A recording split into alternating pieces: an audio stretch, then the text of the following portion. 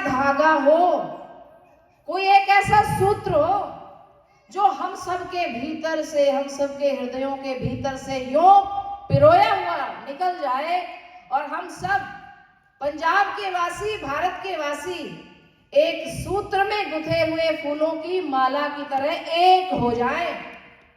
याद रखिए बंधुओं भगिनियों, संघे शक्ति कलो युगे, ये कलिकाल है। कलिकाल से पूर्व की भी बात करें, समुद्र को लांघना आसान नहीं था। विशाल वानरों की सेना को लेकर उस समुद्र के पार जाना संभव नहीं था। एक हनुमान के बूते पर क्या क्या कर लेते वो, कितनी बार हनुमान बंदरों को पार करता। उस समय संगठन की शक्ति आगे आई। किसी के पास शक्ति थी कि वे पत्थरों को तैरा सकते थे, किसी के पास शक्ति थी कि वे दौड़ दौड़ कर जाते, पत्थर उठा करके लाते, किसी के पास वह शक्ति थी कि वह केवल मुस्कुराता हुआ मेरे नाम निरीक्षण करता हुआ बैठा रहता। उसकी एक मुस्कान पर 100-100, हजार-हजार वानर वारे वारे जाते थे।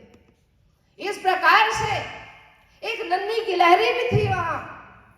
वह सोचती थी कि इन बड़े बड़े वीर महावीरों के मध्य में मेरी तुच्छ इस प्राणी, इस देह का, इस शरीर का क्या मैं सदुपयोग करूं। तो बुद्धि उसकी भी काम कर गई। वह जाकर समुद्र में भीग जाती थी, रेत के कणों में लौटती थी और उन रेत के कणों को ले जाकर नल और नील के पैरों को छुला देती थी। क्यों? क्योंकि इनका स्पर्श पाकर के जो रेत का कण, जो पत्थर उस जल में जाता था, वो तैरने लग जाता था। बोलिए भक्त वत्सल भगवान की।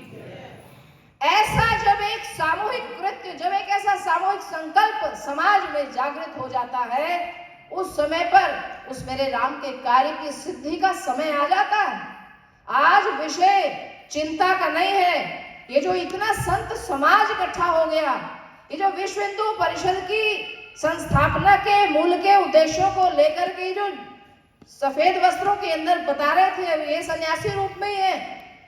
ये जो योद्धा अब आकर के खड़े हो गए हैं, अब चिंता का नहीं, अब समाधान का समय आ गया है। इसलिए समस्त पंजाब के वासियों से मेरा एक और भी आग्रह रहता है। विषय इतने ज्यादा आपस में गुथे हुए हैं, इनको अलग अलग किया नहीं जा सकता। कुटुंब प्रबोधन एक ऐसा आज का ज्वलंत विषय है। इसके कुटुंब प्रबोधन की व्यवस्थाओं में कहां कहां पर हमारा कपड़ा छिद्रमय हुआ, कहां कहां रफू की आवश्यकता है, कहां कहां से उसको टांका लगाने की जरूरत है, इस पर विचार भी किया जाना चाहिए। एक परिवार के अंदर एक साथ बैठ करके जो भोजन नहीं करते हुए परिवार एक छत के नीचे रह भले रहा है, परंतु वह दिल से जुड़ा हुआ परिवार नहीं है। कुछ लोग पाकिस्तान छोड़ करके भारत में भी आए होंगे, ऐसे लोग बैठे होंगे। वहां की एक कहावत एक माँ मुझे सुनाया करती थी। वो कहती, हमारे यहाँ कहते थे, जे चुल्ह ते ता दिल ते। जो एक चूल्हे पर बना हुआ भोजन, चूल्हे के आसपास बैठ करके मिट्टी की कच्ची क्यारियां होती, उसमें माँ परोसती थी और सारा परिवार खाता था। जो एक चूल्हे पर खाता था वो एक दिल का होता था। उनकी शक्ति को कोई चुनौती नहीं दे सकता था।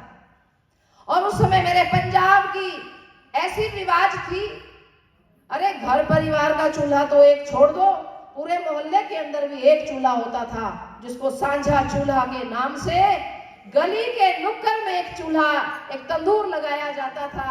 शाम के समय में सारे आस पड़ोस की माताएं अपने अपने घर से परात में गुथा हुआ आटा लेकर के आ जाती और सांझा चूल्हा पर बैठ करके वह पूरा मोहल्ला एक साथ भोजन बनाता।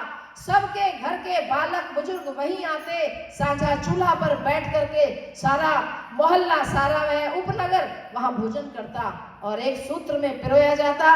उनकी शक्ति इतनी महान होती कि उस मोहल्ले की ओर देखने की सामर्थ्य भी विधर्मी कभी कर नहीं सकता था। ये मेरे भारत का सामाजिक स्वरूप रहा, ये उत्तर भारत का सामाजिक स्वरूप रहा। ये साझा चूल्हा की प्रथा मैंने भारत में पंजाब के अलावा और कहीं सुनी नहीं है ज्यादा, यद्यपि यहाँ वहां कहीं ना कहीं अवश्य रही होगी। और पंजाब को ये समस्या का समाधान के रूप में साझा चूल्हा मिला है। क्यों? क्योंकि ये तो बैठा ही मुहाने पर था, ये फ्रंटियर बन के बैठा रहा। जितने आक्रमण हुए इसी दिशा से हुए, इन्होंने अपनी छाती पर सब कुछ झेला है।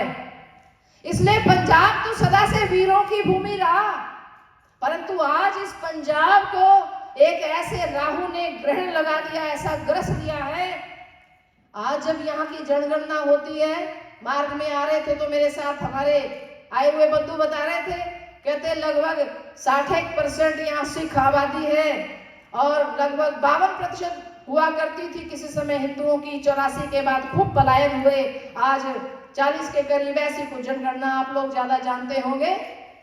बड़े दुख की बात है जब हम पंजाब की जनगणना में से हिंदू और सिख की आबादी को अलग मूल्यांकन कर रहे हैं। हिंदू और सिख ये दो नहीं है, ये एक का नाम है। हमारे माननीय विजय जी ने कहा कि मेरे बड़े भाई के नाम के आगे सिंह लगता है। हमारे परिवारों में से बड़ा बेटा गुरु की सेवा करने के लिए, राष्ट्र धर्म को समर्पित होने के लिए अपने केशों को धारण करता था। इसके महत्व को समझो।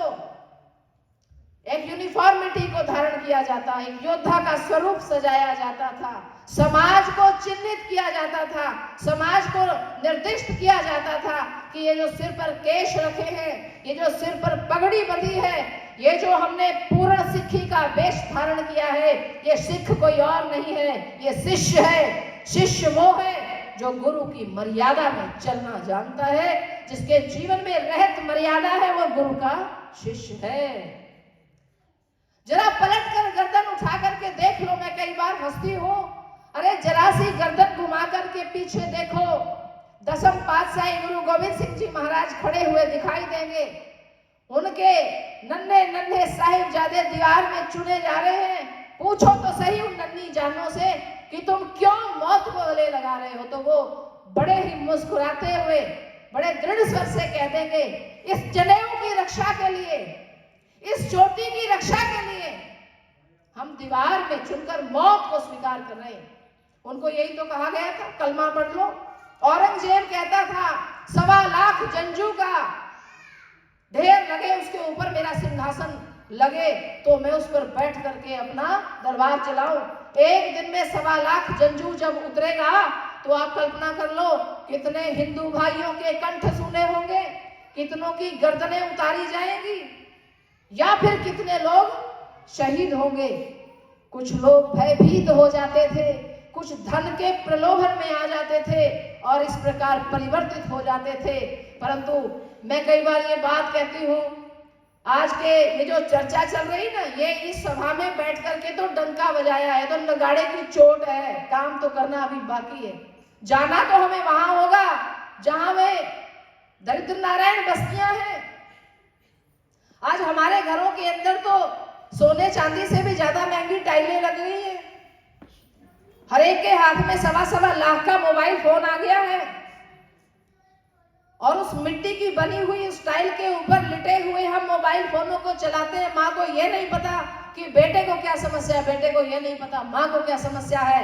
एक टेबल पर खाना खाने बैठते हैं तो चारों के मुंह झुके हुए अपने अपने मोबाइल में, और खाना कैसे, यहां तक भी देखा है कि बच्चा इस प्रकार से दोनों हाथ से फोन चला रहा है और माँ थाली लेके पीछे पीछे घूम रही है और ठूस रही है बच्चे के मुख में। जिस भोजन को परमात्मा का प्रसाद समझकर ही नहीं पाना आप अपने बच्चे को सिखा पा रहे हो। ऐसी माँ को लानत है, ऐसे मातृत्व को मैं क्या कहूं।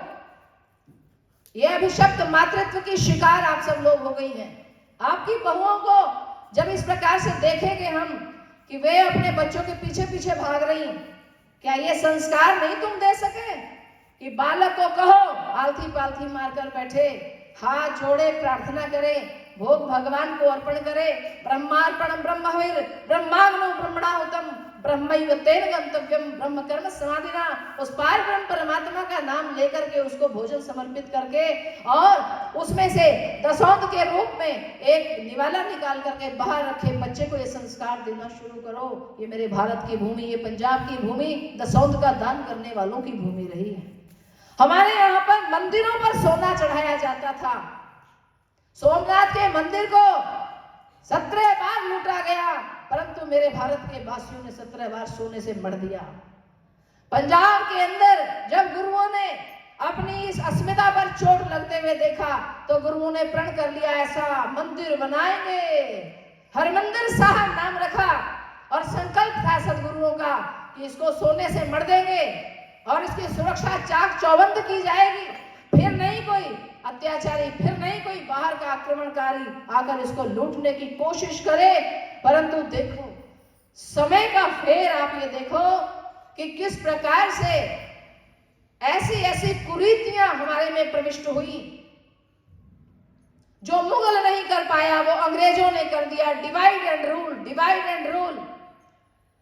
बहुत अच्छी बात कह रहे थे, ब्राह्मणों के सम्मेलन में गए तो वहां पर मेरे पास भी आए, कहने लगे परशुराम जी जयंती मनाना। मैंने कहा भाई जयंती क्या मनाना, तुम्हें तो फोटो खिंचवाना है, राजनेताओं को बुलवाना है और वहां पर कुछ रकम लेनी है, उससे तुम्हें धर्मशाला का निर्माण करना है, इससे ज्यादा तो परशुराम जयंती का कोई उद्देश्य नहीं होता।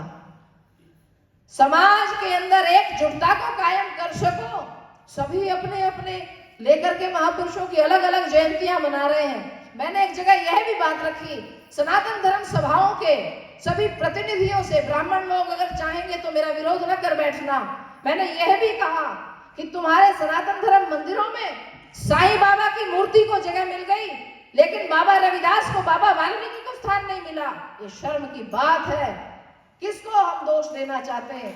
आज समाज का ये जो बिगड़ा हुआ रूप हम देख रहे हैं, ये तब तक सुधरेगा नहीं जब तक साधु समाज अपने में सुधार नहीं करता, जब तक मैं इस चोले को धारण करने के पश्चात अपने आलस्य और प्रमाद का त्याग न करूं।